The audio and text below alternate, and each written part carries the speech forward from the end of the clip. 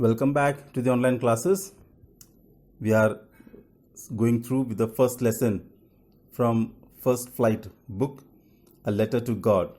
And yesterday we had started this chapter, how Lancho was happy with his cornfield.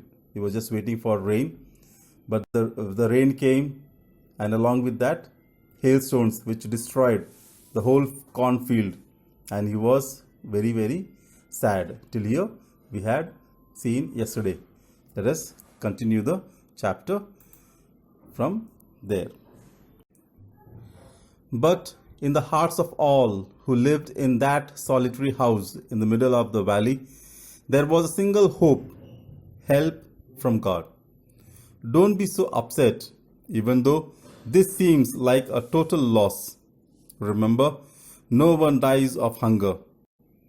That's what they say. No one dies of hunger.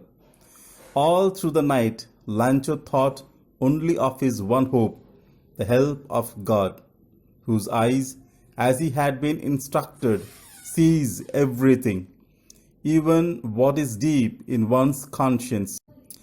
Lancho was an ox of a man, working like an animal in the fields, but still he knew how to write.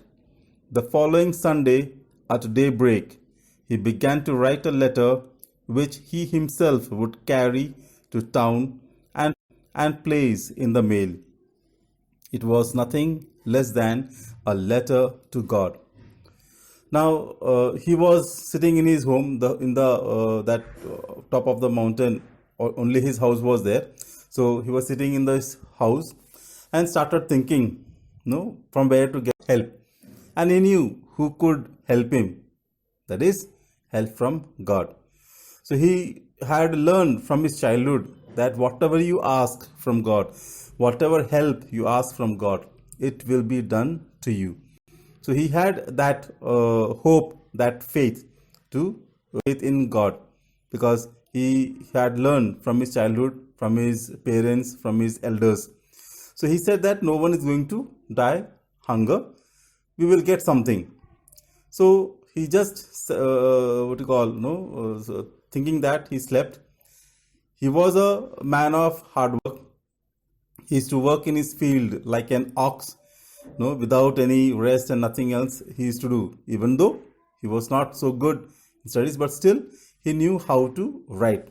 So the following Sunday, early in the morning, he got up and started writing a letter to God, which he had already decided that he will not give anybody else to go to town and post it.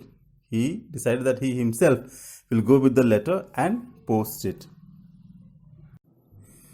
God, he wrote, if you don't help me, my family and I will go hungry this year.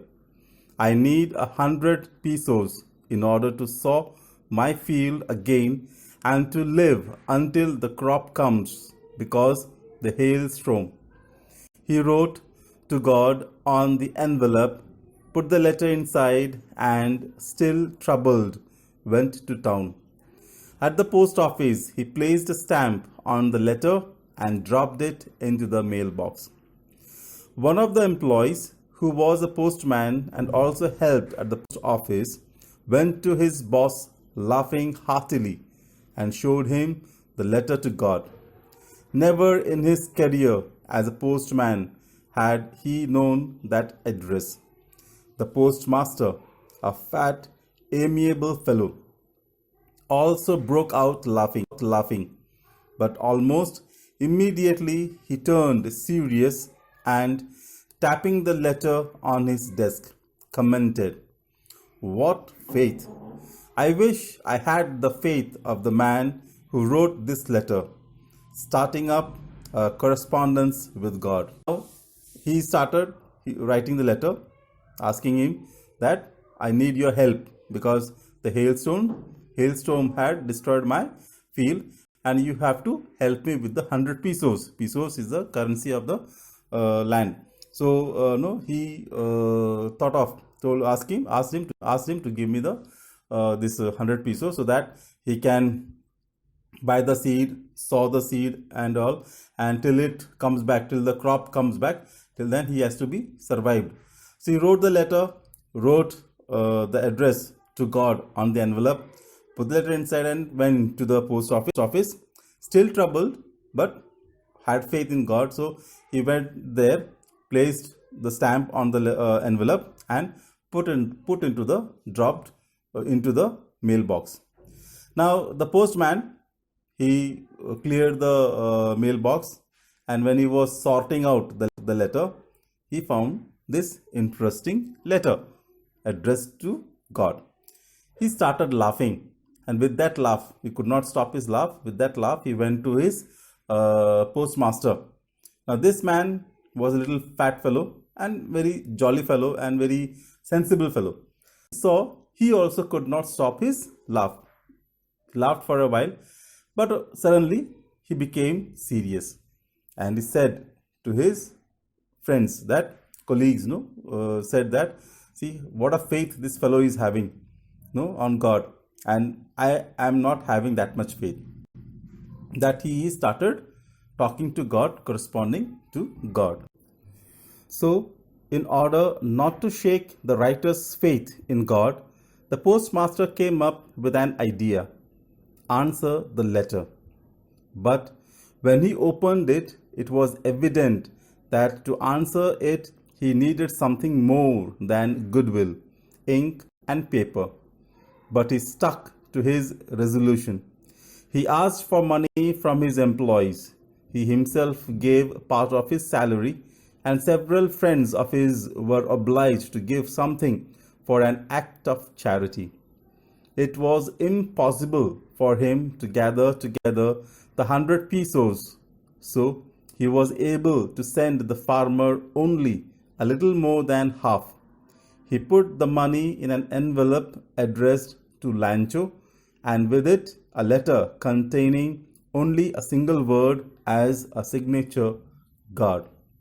Now the postmaster was shaken up by this faith of Lancho's.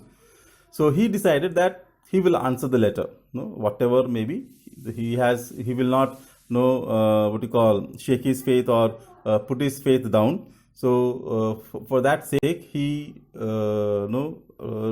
took a resolution, promised that he will write the letter. Now, when he opened the letter and read the letter, he was in trouble.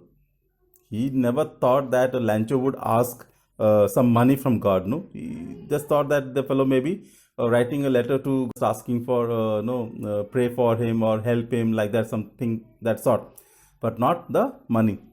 But then, since he had promised, he had taken a resolution, he started asking money from his employees, and he also gave half of his own salary, and from his friends he collected the money just as an act of charity.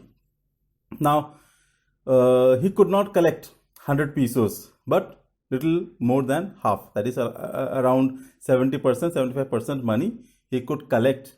He put it into the envelope and wrote the one word, that is God, as a signature, and addressed it to Lancho and put into the in the letter box, so that tomorrow or whenever he comes, he can give this letter to Lancho. Okay, friends, only this much for today. Some questions I've given. Please do write them. Try to find the answers of these questions. Thank you. Stay home, stay safe. Have a nice day.